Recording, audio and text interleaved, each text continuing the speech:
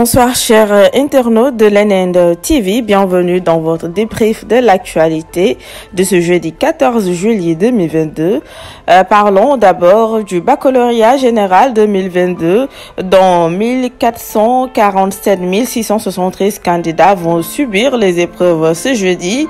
Ils seront 1447 673 candidats à passer les épreuves du baccalauréat sur toute l'étendue du territoire national, dont 52,69% issus du public. Il s'agit, selon le directeur de l'Office du bac, Socé Diop, d'une baisse de 6401 par rapport à l'année dernière. Socé Diop, directeur de l'Office du bac, annonce sur les ondes de e-radio que tout est fin prêt pour une bonne organisation, car la dernière étape qui consistait à mettre en route les présidents de jury en cours, elle est presque achevée d'ailleurs parce que certains présidents de jury doivent venir de Ziguinchor pour siéger Dakar, sinon tous les autres sont déjà en route. Interpellé sur le contexte de la campagne électorale et de la saison de pluie, le directeur de l'Office du bac rassure qu'il n'y a aucun inconvénient pour la saison des pluies.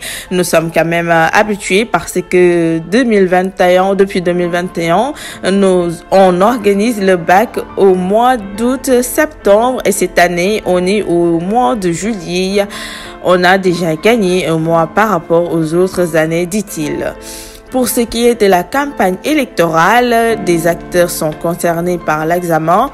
Ils sont relativement concentrés sur leur sujet et peut-être s'ils doivent s'occuper de la campagne, ce sera après, mais pas pour l'instant. Voilà. Et de conclure, on a 481 jurys sur ces 481 jurys. C'était les jurys du baccalauréat technique et donc c'est le reste qui compose le baccalauréat général. Pour le nombre de candidats, nous sommes à 150 925, dont 3 252 étaient du baccalauréat technique et les 147 673 qui font le baccalauréat général. Bonne chance à tous les candidats. Passons à autre chose, modernisation des infrastructures aéroportuaires. Macky rappelle la priorité qu'il accorde à la mise en œuvre optimale du PRAS. Le président de la République, Macky Sall, a rappelé ce mercredi en Conseil des ministres la priorité qu'il accorde à la mise en œuvre optimale du programme de reconstruction des aéroports du Sénégal, PRAS, sur la question de la modernisation des infrastructures aéroportuaire et la stratégie aérienne. Le chef de l'État a rappelé la priorité qu'il accorde à la mise en œuvre optimale du programme de reconstruction des aéroports du Sénégal, rapporte le communiqué du Conseil des ministres. Selon l'édit communiqué, Macky s'est félicité de l'état d'avancement satisfaisant des travaux concernant les aéroports du Cap Skirring, de Ourossogui, de Matam, de Kolda qui viennent de démarrer, tout en informant de l'inauguration de l'aéroport international de Saint-Louis qui aura lieu sous sa présidence jeudi 14 juillet 2022. Le chef de l'État, dans cette dynamique au ministre du Tourisme et des Transports aériens, de poursuivre le suivi permanent des travaux programmés en vue d'asseoir dans les meilleures conditions le renouveau des transports aériens avec d'une part des ressources humaines de qualité et d'autre part des infrastructures et équipements de dernière génération, poursuit le communiqué exploité. Politique, nous allons parler bien sûr de Ousmane Sonko qui entre en campagne et apporte des précisions.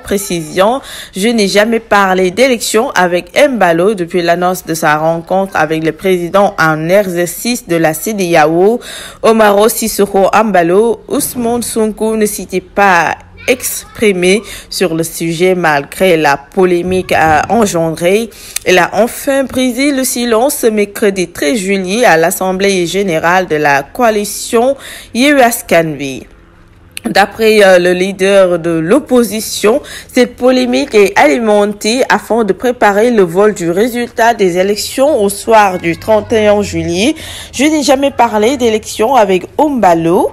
Ceci n'est qu'une manœuvre pour légitimer le vol du résultat des élections, mais c'est peine perdue. Pour rappel, il était rapporté dans la presse que Ousmane Sonko avait promis d'accepter les résultats qui seront issus des prochaines échéances. Par ailleurs, le leader de PASTEF a annoncé les couleurs de la campagne électorale de Yewwi. À partir de vendredi, les Sénégalais sauront que la campagne a démarré car depuis lors, tout le monde dit que la campagne manque de saveur et pourtant Benno Bokk Yakaar est en train de faire ses tournées.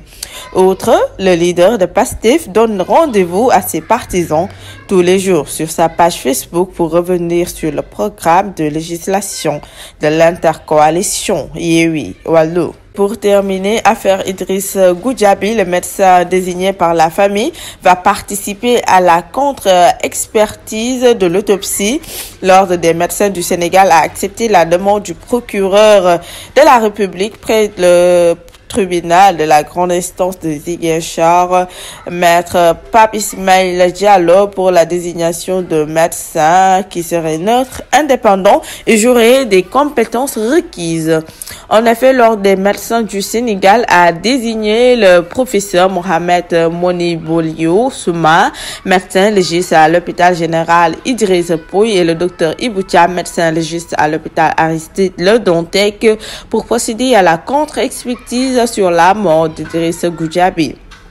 Aussi révèle une source à Sénégal, le médecin légiste Ibrahim Sitor Souleymane Sarr, désigné par la famille et autorisé à assister la contre-expertise, à réaliser par les experts désignés conformément au code de déontologie médicale.